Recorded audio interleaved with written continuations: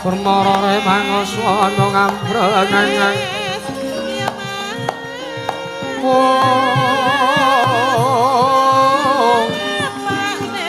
ati karenaning kasloce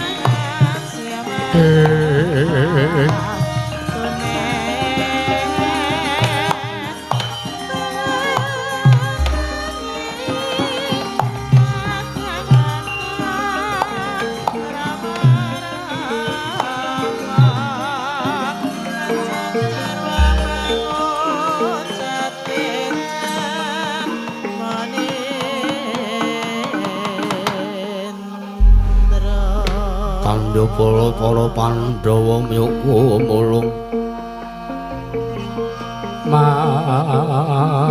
mangung sireng para sata Kurawa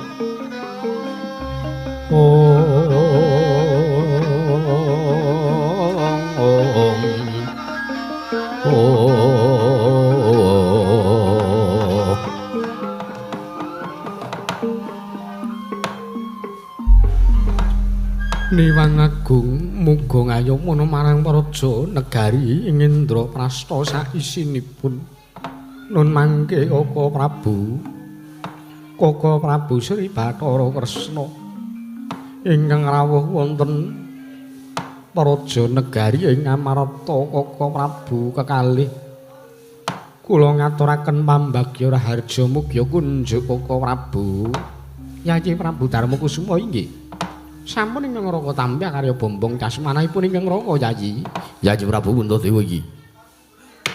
Sampun ingkang raka ing Mandura tampi akarya bombong kasmanahipun ingkang raka mboten langkung kula ngaturaken salam taklim kula mugia kunjuk.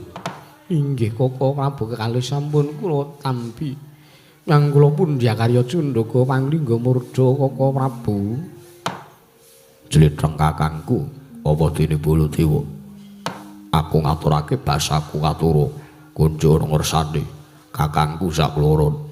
Werkudara tak tampa Dimas. Werkudara tak tampa. Ya jagat pangestungkara Yayi Prabu wonten paring dawuh.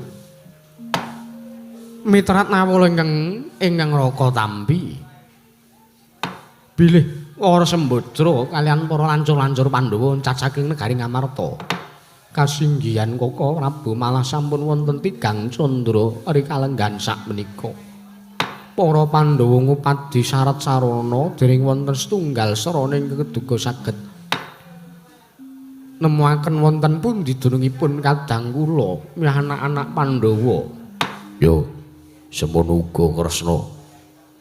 Aku ya wis ora kurang-kurang nggonku playon kekalangan Malaya. Ngitri bawana goleki Adiwara Sembadra. Sartane goleki kelawan anak-anakku, ya anak-anak Jodipati. Malah urung ana trontong-trontong soleh pepadang. Ngantos kula bingung Koko Prabu. Sejatosipun wonten pundi dunungipun? Mapanipun, sisianipun ingkang rayi kula boten mangertos. Awit kula ugi nyumurupi jagatipun Wara Sembadra menika peteng boten ketingal Koko Prabu. Ya jagat pangestungkara para jagat Yayi wonten maring dawuh. Bab perkawis punika para Pandhawa kula aturi supados sareh sabar sawetawis. Awit ingkang Raka piyambak ugi sampun nyumurupi kaca paesan nanging kula sawang jagatipun ingkang sami oncat menika ugi peteng tanpa beda kaliyan menapa ingkang dipun sawang dening pun Arjuna.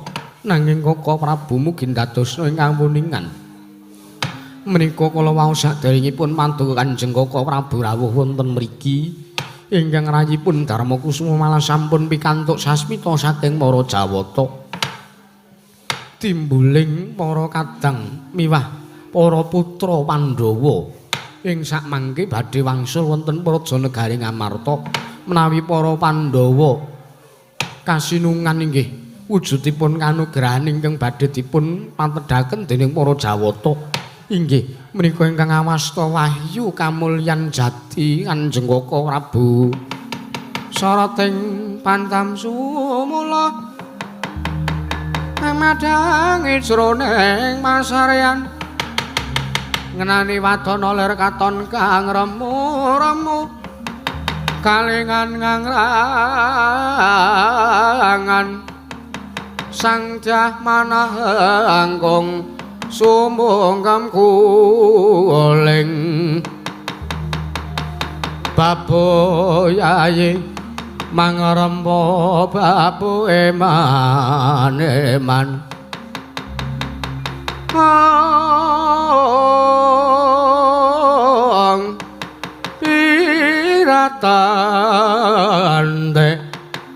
piratante pronto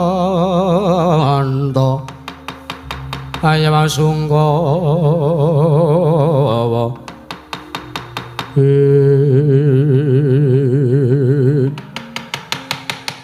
ya jagat pangestungkara wayah para jagat. Lah menika ora sampun cetha dawuhipun para Jawata. Para Pandhawa badhe manggi tuwin ingkang sami murca menika badhe oncat wonten badhe wangsul wonten praja negari Indraprastha menawi kadang-kadang kula para Pandhawa kasinungan wujuding wahyu kamulyan jati. Lah lajeng mapanipun wonten pundi Yayi? Mitra dawuhipun para Jawata ingkang sampun ingkang rayi tampi. Wonten titah ingkang dados lantaran inggih menika pandhita ing pertapan Rukma Kencana inggih ingkang peparapun Begawan Badra Buwana inggih Badra Bawana Koko Prabu pramila benjang punapa anggenipun badhe ngelak lampahipun para Pandhawa awi kula dherekaken wonten pertapan Rukma Kencana ya jagat pangestungkara nggih menawi ngaten ingkang Raka nyuwun pamit. Sampun ngantos negari Indraprastha kumplang lho Yayi. Kepareng paduka Kanjeng Koko Prabu Kadiparat. Kula badhe nganthi dhumateng kadang kula. Inggih menika pun Werkudara kaliyan Arjuna mekaten Koko Prabu. Malah kula nyuwun pamit Koko Prabu Baladewa. Piye Kresna? Kula aturi lerem sawetawis lenggah wonten Praja Negari Indraprasta. Oh ngono inggih. Lajeng kula kados pundi Koko Prabu? Setyaki uga mapano ning Praja Negara Ngamarta. Merga perkara iki mengko bakal rampung yen to pun Kakang dhewe sing nandangi. Mekaten. Iya. Menawi ngaten ingkang rayipun Darma Kusuma ndherekaken tindak Jengkar Paduka. Puntadewa kakangku aku njaluk pamit. Ya Di sing ati-ati aja kaya bocah cilik. Baladewa kakangku aku njaluk pamit. Ya Werkudara sing ati-ati. Sampun Yayi. Kula kinten semanten kemanggenipun para Pandhawa ngawontenaken pirembagan. Malah kula nyuwun pamit ndherekaken tindak Jengkar Paduka Kanjeng Koko Prabu. Ler sapandhing sono miling pangolate.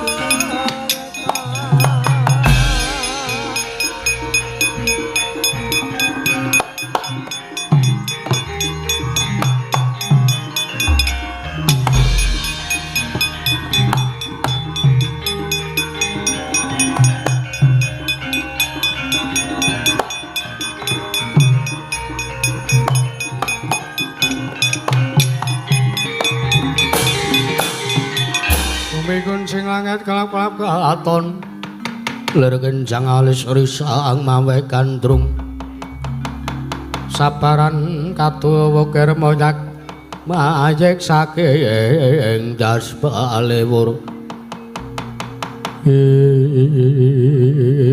Dara jlethek kakangku apa Arjuna mau ning ndi wah ning mburi bocah nagi Sungkawa bocah lagi sedih atine akhirnya gelegan kaya ngono kuwi lemak mlaku kelemar-kelemar.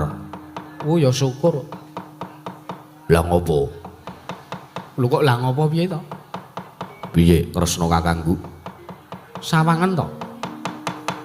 Ning antariksa kae ana wujude mendung peteng cacahe loro. Yo. Kowe ngerti to sapa jatine kae? Wah, ora. Lho, kok ora ngerti piye to? weruh wujude mendung peteng loro nanging ora ngerti sapa jatine kae. Kae rak wujude rak padha karo aku to. Wah, iya. Terus sing siji kae wujude padha karo wujude Janaka. Wah, kok iso kae? Wis sawangen to. Aku tak malih dadi apa terus kowe mengko nututana. Wah, iya.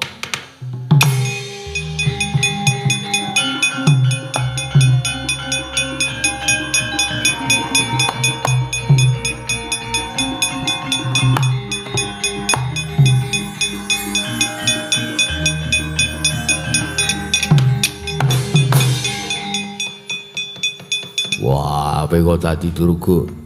Batu-batu iya Werkudara iya. Terus aku kon dadi apa? Megeng napas. Aku kon megeng napas. Iya. Merga wong loro kae jatine wujude sejati ya aku iki. Terus sing siji kaya pewujudanmu iki Werkudara.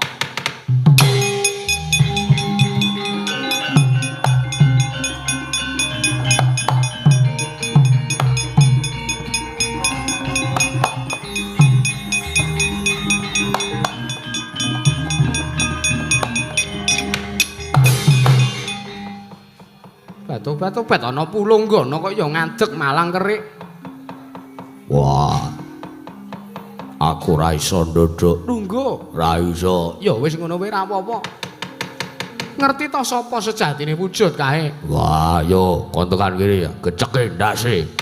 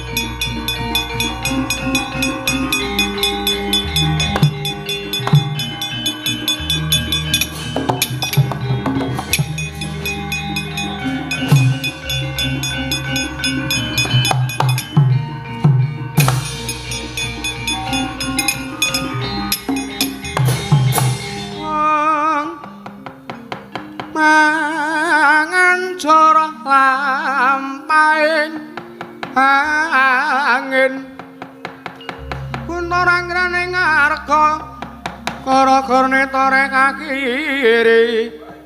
kiri ora bumi prakampita sadolama ngambak-ambak udan darasawara.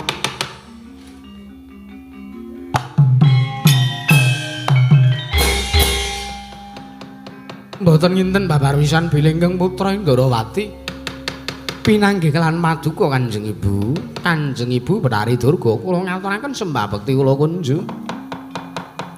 Batu-batu iki nata Indrawati. Inggih Kanjeng Ibu. Ya nggih ulun tampa miwaliat pangestuning pun Ibu wae tamanana. Kawula nona inggih sampun kula tampi angrya bombong. Tren kula pundi ndadosna jimat. Arjuna barang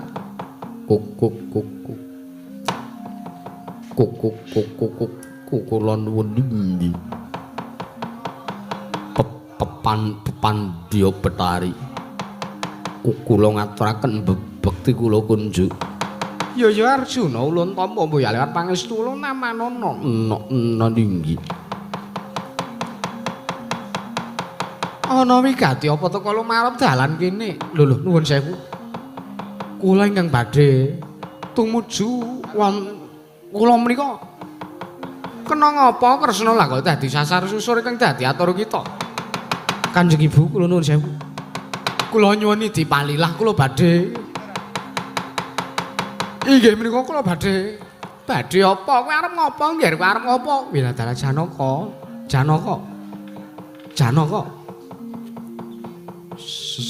Kowe kuwi lho, Cok. Wah, lah mriko mlayu wae Dimas.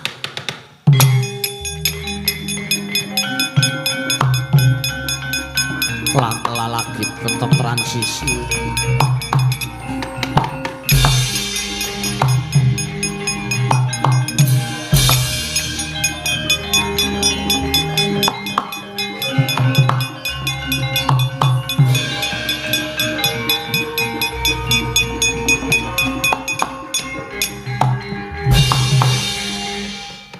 Ngerti dhewe ta Werkudara?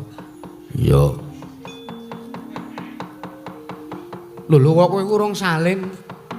Lah ora ngerti aku. Carane salin piye wong aku ya kur manut kowe. Ya wis.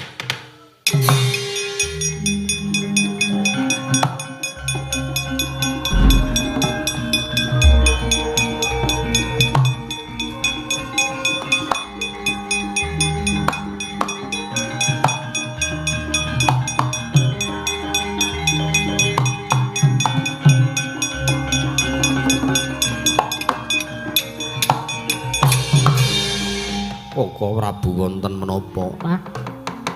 Nek si Adi ngerti mesti si Adi duka. Dukanipun Wis ta. Bakune awake dhewe tumuju ning pertapan Rukma Kencana Dimas. monggo kula dherekaken Koko Prabu.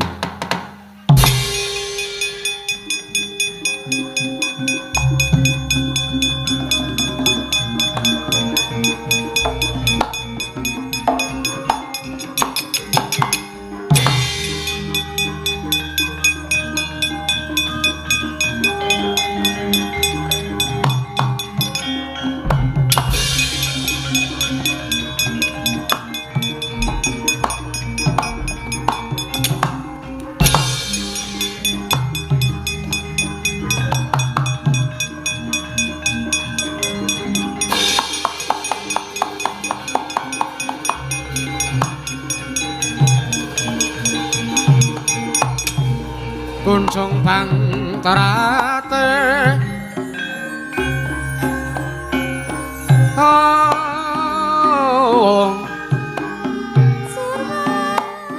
Nat langening kalangkiana klar mantan mun saratina ler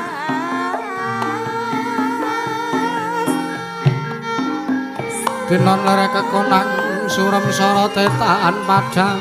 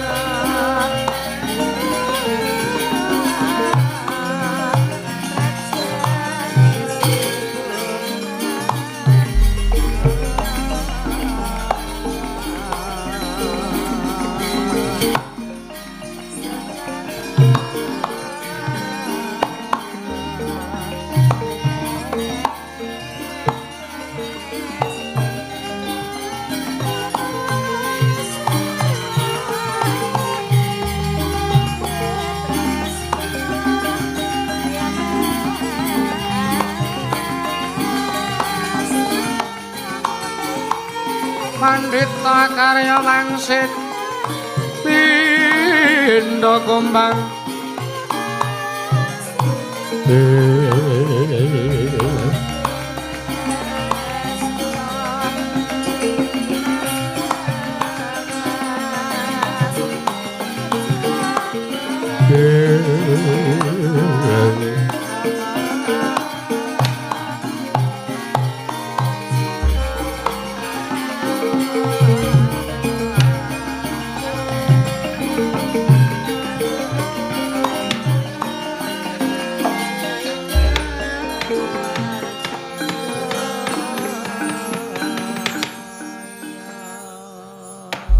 merahina semubang nyewang aruna ka dinetraning uga rapuh sadaning kukila areng kanekara sageter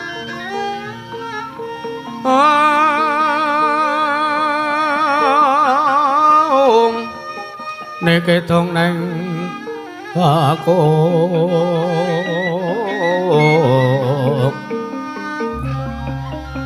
ler wowo sing pene panca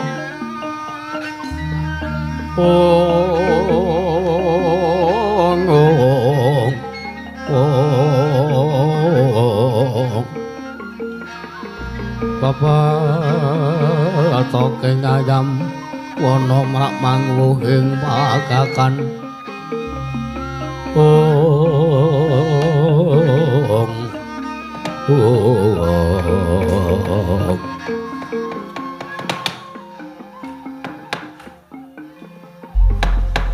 Gling gling wis ora wayahe do gojek ngapunten menemban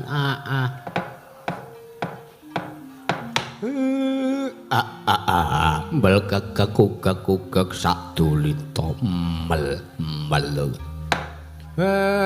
penemban ndadosaken kaget lah kok ngawe kalih kula penemban enten napa darunanipun menapa penemban Kakang Semar kula wonten dawuh yektine nggonku ngawe kelawan kowe iki ya Kakang merga wektu dina iki titipaning para dewa ya wujud gendhaga isi kanugrahan ya wujude wahyu kamulyan jati ndak rasa wis ora jenak nggone mapan ning pertapan Rukma Kencana liripun merga wis ana titah ingkang keduga bakal kuat nampa kanugrahaning Jawata ya ingkang wis dititip nek ngantuk mbok sare dengkulmu mlocot ingkang wis dititipake kelawan aku Kakang Semar kersanipun penemban Badra Buwana kados pundi menemban Kakang Semar kula wonten dawuh ming seta sak petara bakal ana dayoh ya titah ya nalindra ingkang butuhake kelawan kanugrahan ingkang ndak gawa iki Kakang permara remang swamya ngambrengeng kate karenaning kaswase yaning marga mamalagung tumireng Sang Gantawastratmaja lang-lang laluang ulati surya mangrangsang wayah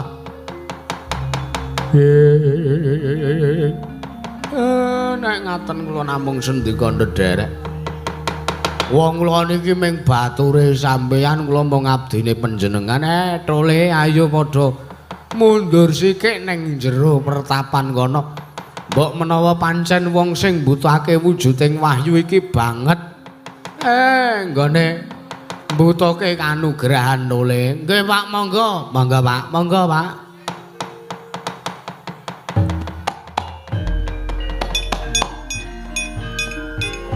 Pucung sari kalong randaning kalapa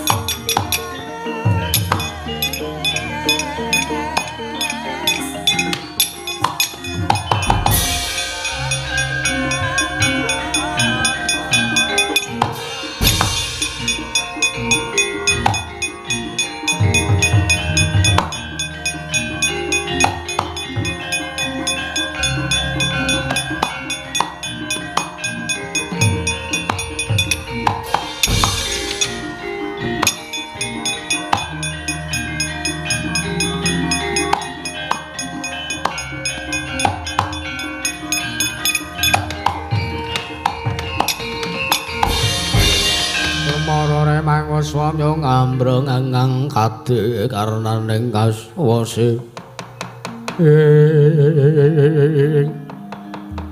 lan nuwun sewu menika wonten salah sawijining nalendra ingkang rawuh wonten ing pertapan Rukma Kencana mboten pangling menika Nalendra Ndarawati pun sinuwun Prabu Sri Bathara Kresna iya menemban kaliyan ingkang wingking menika Raden Arjuna Panengah Pandhawa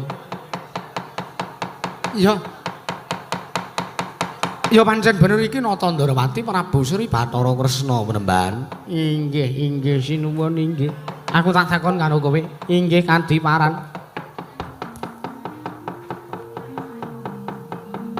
Kadiparan sinuwun aku tak takon karo kowe apa pancen kene iki adeging pertapan Rukma Kencana inggih mboten wonten kalih inggih kula ingkang abdi pun Begawan Badrabuana walah dalah yen ngono ora sisip nggonku kekalangan Malaya goleki pertapan Rukma Kencana jebul mapan ning kene inggih menika pertapan kula sasmitaning dewa ingkang dadi lantaran tumedhahing wahyu kamulyan jati ora liya kejaba mung Penemban Badrabuana inggih kula piyambak malah sak mangke wujuding kanugrahan sampun dipun titipaken wonten ngarsanipun ingkang abdi wujudipun Gendhaga menika isinipun wahyu kamulyan jati sinuwun walah yen mangkono wahyu tak jaluk Gendhaga tak jaluk bakal tak bayo ning negara Ngamarta merga negara Ngendraprasta wektu dina iki taman pagebluk Nemban monggo kula aturi nampi sinuwun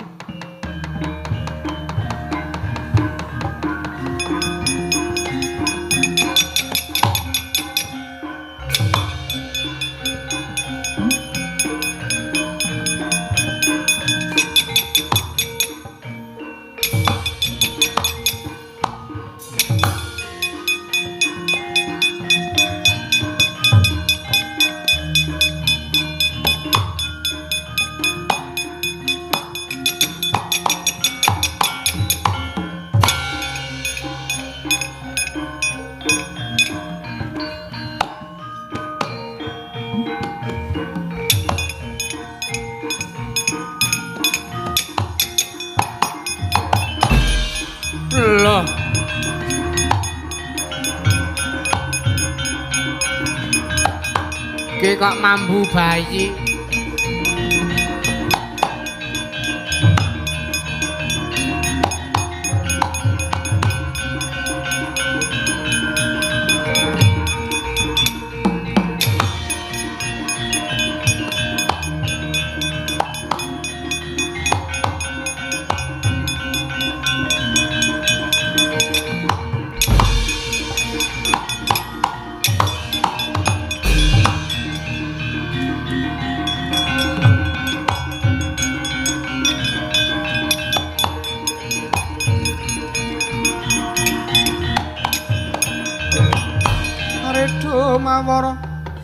mangapura wurahan tengarane ajurit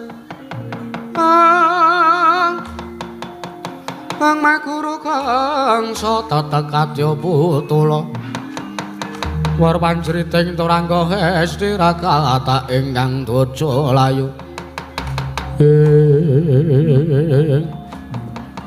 lho sinuwun Ndarawati nembe kemawon mingset saking pertapan teka rawuh mriki Werkudara apa Kresna kakangku ngerti to sapa sing mrene mau lagi wae ya lho liripun kados pundi sinuwun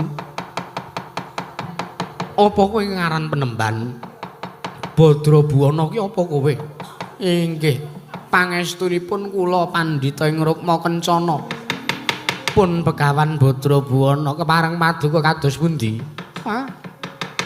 aku tak takon inggih apa ana wujude Nata Ndarawati karo wujude Janaka sing njaluk wujuding wahyu kamulyan jati karo kowe waduh inggih Gendhaga isi wahyu kamulyan jati sampun kula pasrahaken wonten ngarsa paduka Sang Sinuwun Malah wekdal menika paduka rawuh wonten mriki malih. Lho. Aku ki lagi wae praptana kene kok kowe duweni ukara kang kaya mangkono. Lho lajeng nika wau sinten sinuwun njaluk pamit Mremban.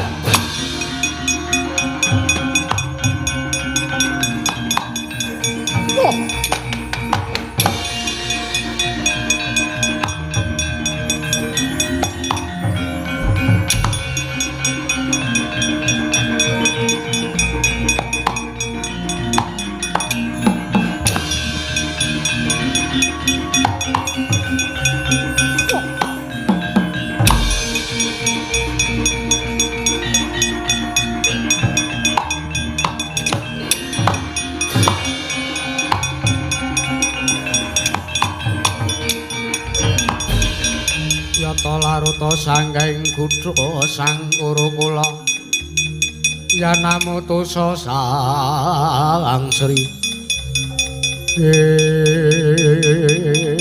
menungsa ratatanan ana panjalmaning jajalanat ingkang madha rupa lan Tandrawati ora sablawanan ucapmu iki Tandrawati sing sejati lho kowe iso ngarani sing kaya mangkono aku Tandrawati kang sejati kowe panjalmaning jajalanat dicoba sapa sing duwe senjata cakra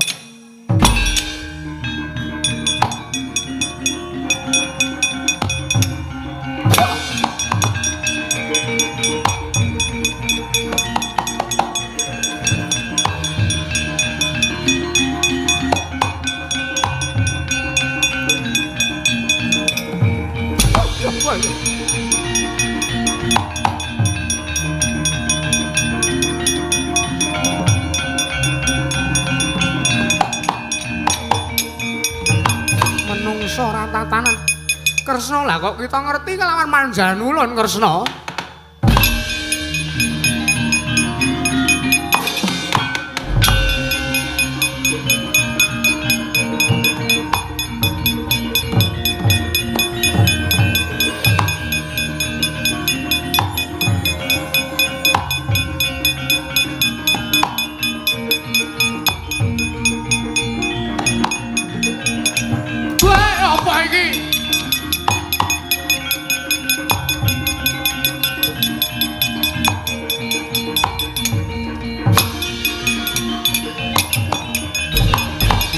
Rombok marwa sing sang Katri Gumulung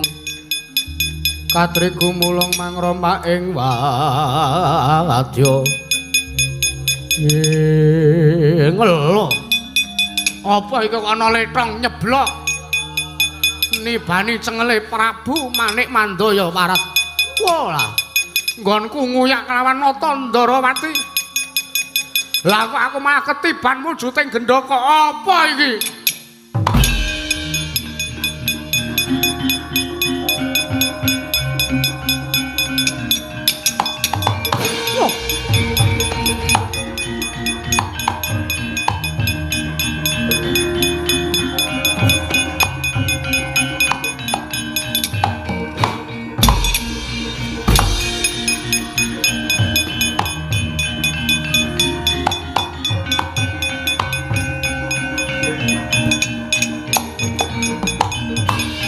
Sinayeng manggulung mintonaken triwe kramanira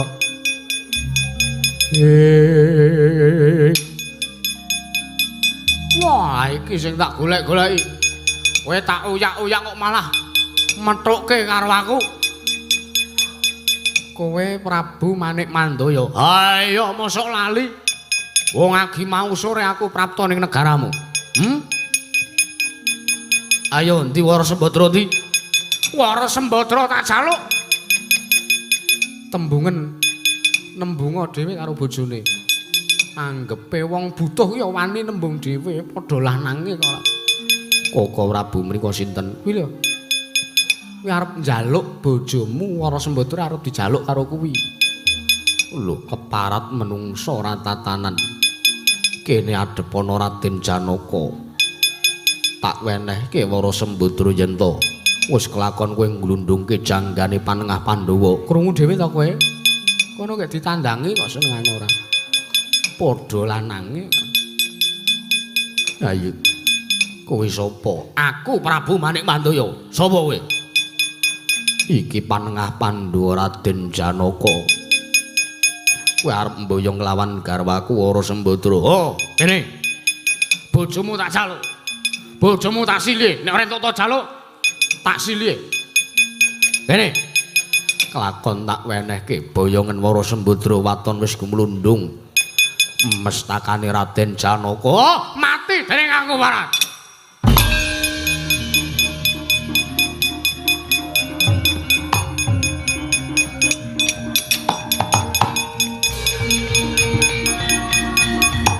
Walah.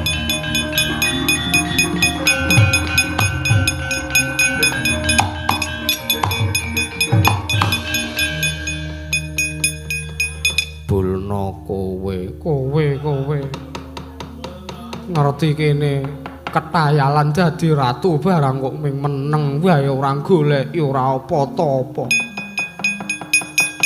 Walah. Piye Janaka wis sidane rembuke piye? Mboten kok Koko Prabu. Lho kok ora piye to? Diajeng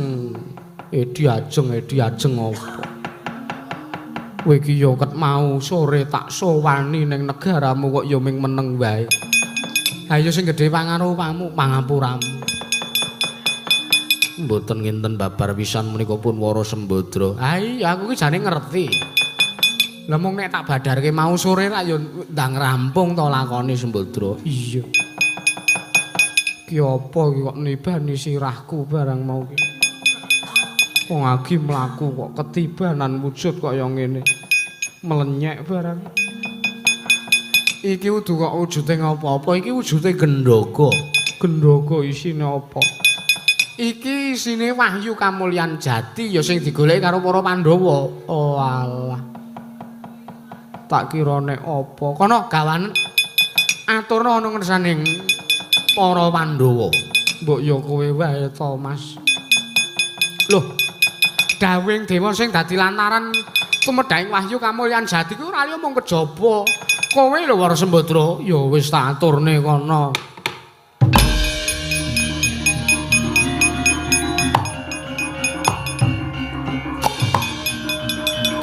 Yo, bocah kok.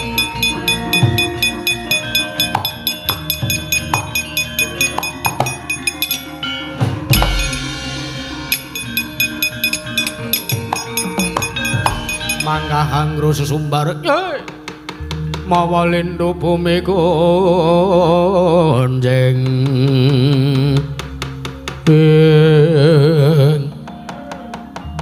iki sapa ana Temenggung Temungke? Iya sapa kowe? Tumenggung Hakni Parasu. Sapa? Tumenggung Hakni Parasu. Biasa wae sing ngomong. Arep ngopo? Aku arep ora negakake patine Ratu Gustiku Prabu Manik Mandaya. Arep melu mati ngono ya nyusula. Wah iblis.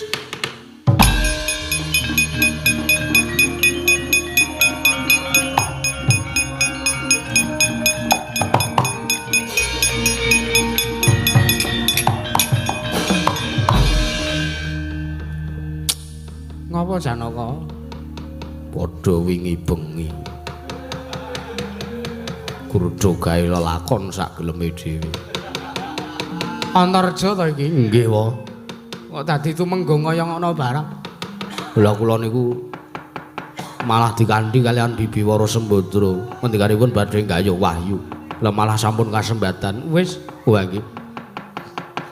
Lajeng Bibi Wara Sembadra sakmenika mapan wonten pundi? Kae ning negara Ngamarta. Ngestaken dawuh kula badhe sumusul kumpul kaliyan para Pandhawa.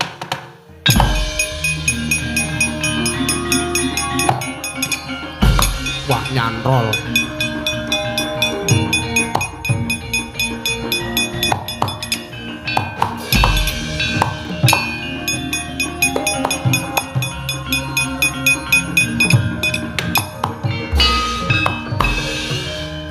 Iki ngopo iki? Iki arep ngopo iki? Kinjeng ki arep ngopo? Kinjeng parat. Ayo. Kowe sing wis mateni karo Ratu Gusti Kusinuwun Prabu Manik Mandaya kudu wani nandhing abdine parat. Nya, tampanana senjata cakra kene. Nya. Wah, konangan iki kaya.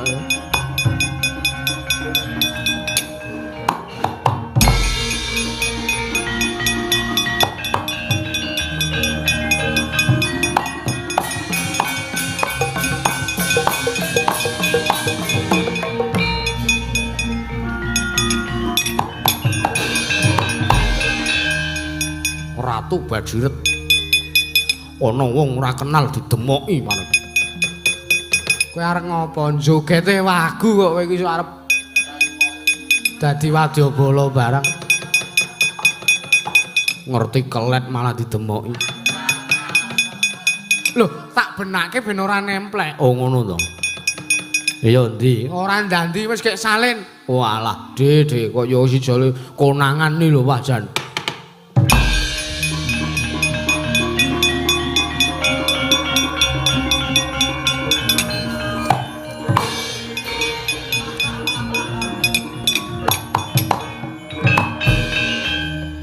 Piye leh kun joget wagu wah moko nek to sawang tanganku iki lho oh miji timun tangan kok miji timun apa ku jenenge gandewa pinenthang lah kuwi ora kowe dadi wadyabala barang ambu ora sing ngakon sapa kowe dadi tumenggung koclok kaya mau Bibiwara Sembadra kowe dijak nendi lambu aku ya guru manut kok. Sampeyan ki rasa nyeneni kaya ngono. Kae goleki pakmu kae. Sapa? Pawira apa? Pakmu Werkudara kok. Walah ya.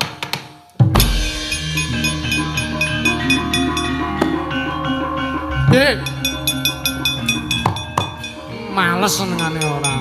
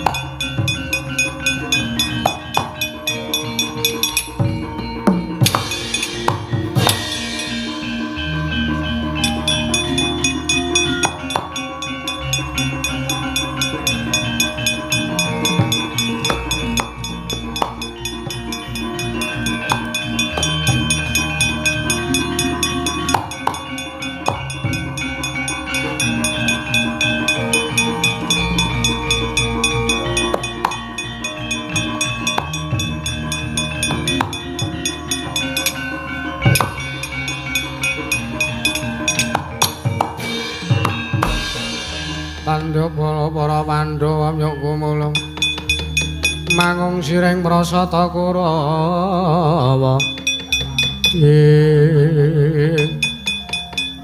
Yayi Wara Sembadra iki nggawa wujude apa kirangan menika menapa Koko Prabu Sembadra kowe nggawa apa embuh apa iki lato-lato dinosaurus ora kok ya entuk ukara kaya ngono kuwi saka ngendi lho ora. Cah kok lek ngendikanipun Koko Prabu Kresna menika gendhaga isi wahyu kamulyan jati Koko Prabu. Yayi wonten dawuh Koko Prabu.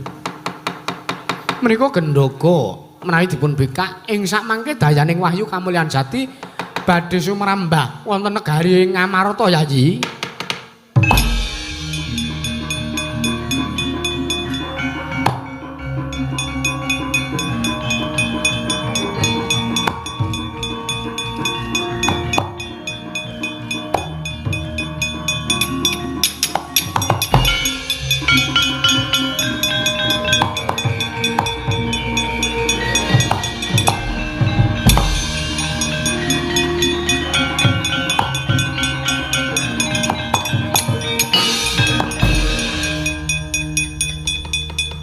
ngaturaken panuwun ingkang tanpa pepindhan Koko Prabu.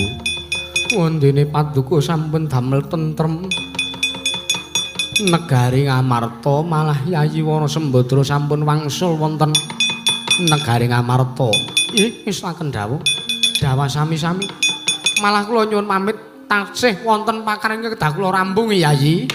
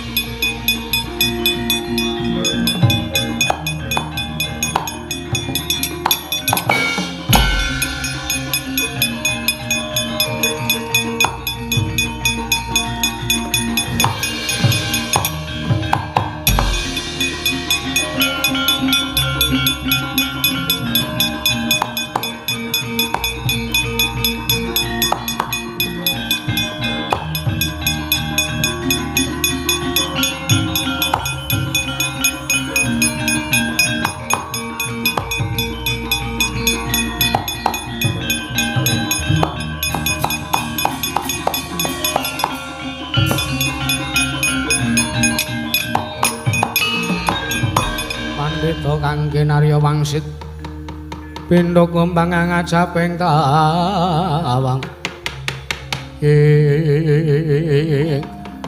menika sinuwun Ndarawati inggih pukul lho paduka sampun ngantos kados mekaten lho sinuwun lho mboten kula namung badhe ngaturaken manun ingkang tanpa pindhan wonten ngarsa paduka Hyang Pikulun Manikmaya walah konangan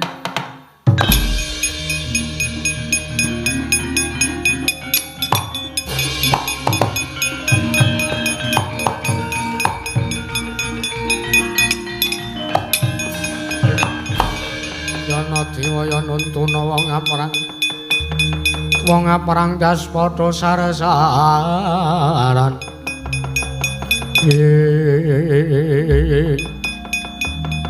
Astungara sidam sekaring bawana langgeng Mboyapati Ndugamana teka jeneng kita bisa priksa lan mangerteni sapa to sejatine ulun ulang nggih to wong sampun cetha wiwit kula mlebet wonten ing pertapanipun Hyang Pikulun Manikmaya wonten ing pertapan Rukma Kencana menika perbawanipun benten pukul iya nata Ndarawati Kakang Semar malah nderekke karo Hyang Pikulun Manikmaya heeh anu nggih kok nganti ora basa nggih sinuwun wong kula niku diimpeni kalih Manikmaya kula dijak dadi pendhita, kula ming manut mawon. Ngono Kakang. Nggih. Nata Ndarawati. Wonten dawuh Kulun. Gandeng ulun kira ulun rasa kabeh wis purna. Malah ulun bakal kondur makayangan. Kula ngaturaken panuwun ingkang tanpa pepindhan. Kakang Wismaya. Piye, Guru? Kula ngaturaken agunging pamatur nuwun ulun badhe kundur makayangan Kakang. Sing ati-ati aja kaya bocah cilik. Sesuk nek arep dadi pendhita ki ngono kuwi wae ora usah dadak ninggal sandangan. Mundhak tak colong mengko lho Guru. Inggih, Kakang.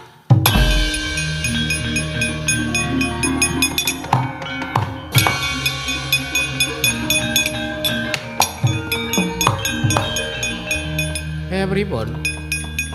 Ndara Sembadra kondur napa dereng wis Kakang alhamdulillah. Jebul mung do gawe lakon sak geleme dhewe. Nggih ngoten niku. Garwa Madukara niku sok senengane sok lunga, janjane ming padha. Mboten Ndara Janaka, mboten sing wedok niku gaweane ming lunga. Kae sapa Kang? Kula tandangane ngerti kula. Cah mriko niku.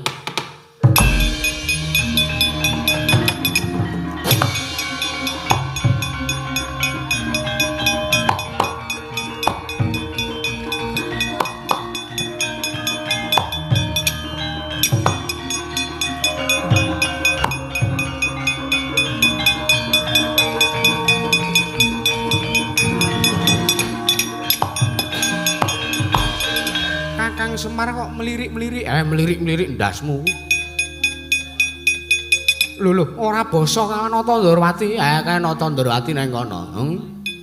Karep apa? Ayo. Dicepot klambine. Gek ucul. Gek ucul. Lho.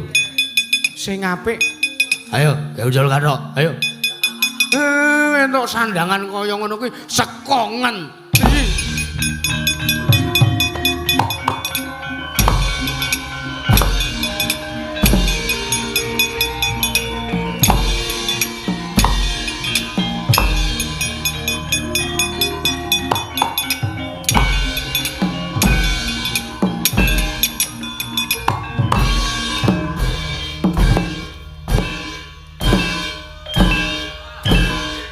Sampun lho Kakang sampun.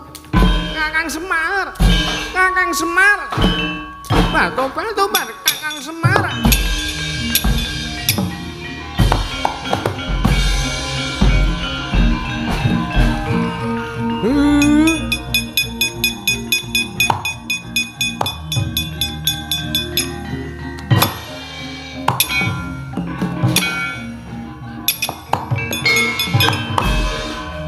Ngopo kowe? Kowe arep ngopo kowe? Meng maliyane Pulanggana kok dadak nganggo Janaka Wanda Kinanthi. Lawasan entek-enteki ragat kowe.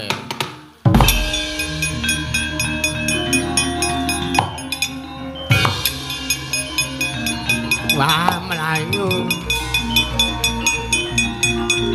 Ndara. Yo.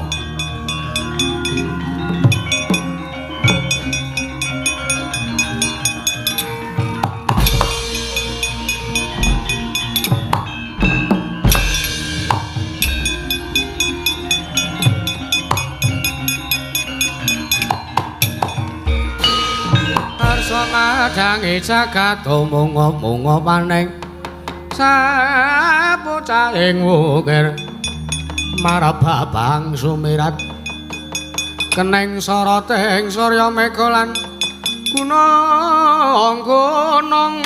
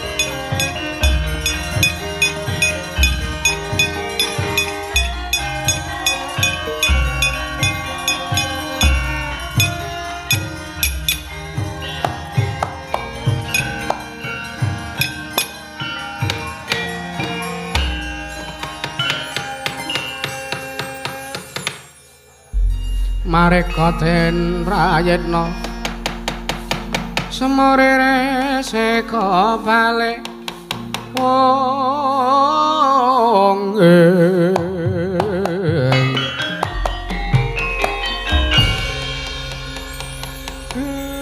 Ndara amarku Dara yo dipol kakangku kula ngaturaken panuwun Ndara kula nggih ngaturake matur nuwun nggih Ndara arepa niki mau kula ngawontenaken sandiwara yo ora dadi ngopo wah sesuk nek ora gur ora sadu klithian mboten Ndara aku ngaturke panuwun ana ngersane dipol kakangku malah kula sing ngaturke matur nuwun tanpa sampean kula ora bakal iso tekan kene yo nggih malah kula sanak kula nyuwun pamit mboten melu kumpul para Pandhawa wah Semar sebabe apa sotone wis dimasak jane nggih pengene niku anak kula kepengin nyate nggih kok kula mblenger soto wah ora bersyukur waduh nek kula bersyukur niku mah mengke wong sak donya melu-melu pret nyuwun pamit matur nuwun kathah lepate ngatur kula Diagung Pangaksami nyuwun lumebering Sesamudra Pangaksami yo tiba padha-padha nggih namung pamuji pandonga kula mugi-mugi sak pengker kula sak rombongan warga ing lalatan candhi mriki tansah pinaringana ayom ayem tata titi tentrem gemah ripah kula jinawi karta tata turta raharja yo Semar yo cekap semanten kemawon atur kula slamet to sing nanggap slamet to sing ditanggap slamet to sing nonton tanggapan slamet to sak kabeh-kabehane matur nuwun bungkasane ngatur sura sudira jayaning Kang Ratsa Brasta latih kaping Darmastuti matur nuwun sedaya memala sageta sena entek ketamlek kecemplung kendang kender kecemplung kedung kali Bengawan Bagong aja lali golekane nggih Pak ngesaken dawuh